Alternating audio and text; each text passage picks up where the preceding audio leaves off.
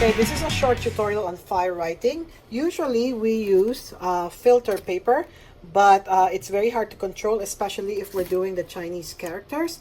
So instead of that, we are going to use a thicker sheet of paper, which is more absorbent than the regular photocopier paper.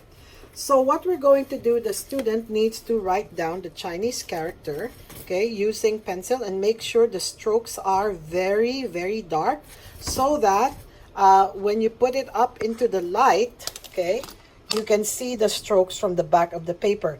Now, this is very important because in order to it to work effectively, you need to apply the sodium nitrate both in the front part as well as the back part of the paper. So as you can see, this one we already applied just by using a cotton bud that you dip in sodium nitrate, and then just follow the lines. That's why it's very important to have the lines there, okay? So just follow the lines, and then you can just, put it up against the light, and then you can see the outline and pass, you can pass the cotton bud with the sodium nitrate to trace the outline. You can see that I already did that as well, okay? Just make sure that you do not, especially when writing the Chinese characters, okay? This one is supposed to be a full square, but if you do that, then you will not see it. It will not look like the Chinese character. So you want to leave a little gap so that, they know that it's a square, but it's not connected, because if not, you'll just have two square holes there, okay? So as I said, just go over the sodium nitrate on front, and same thing as at the back. So you can see that I did the same thing at the back as well. Okay, so to dry the paper, you can just use hair dryer, okay, until the back part is really, really dry. And you can see the pattern is over there. So you can see where the sodium nitrate has dried up as well, okay? Okay. So you can see where the sodium nitrate has dried up. So you have it at the back. Thank you.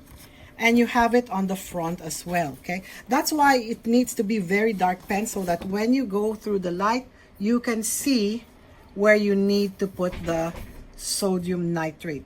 Okay. This will make it burn better. Okay. So what we do first, okay, we light the candle. So first you need to ignite, okay, the wooden splint. And wait until you can see some orange sparks already, and then lightly blow it out.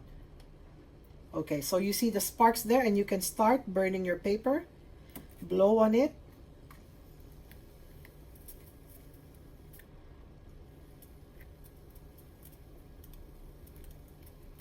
Until you can see it starts smoldering, okay? So while that's happening, you can keep on blowing, and then you can start burning your stick again, okay? And you can see it keeps on moving, okay? So while that's happening, I can start another area like here.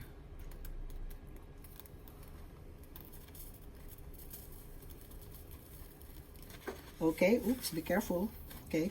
So over here, you can see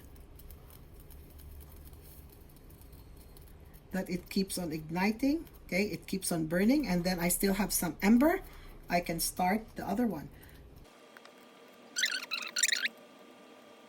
Okay, so you can see that is the process of fire writing.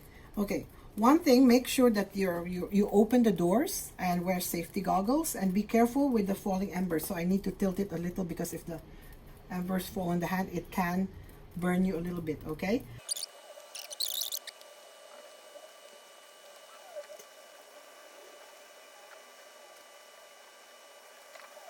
Okay, now how do you how you extinguish the splint when you're really, really done?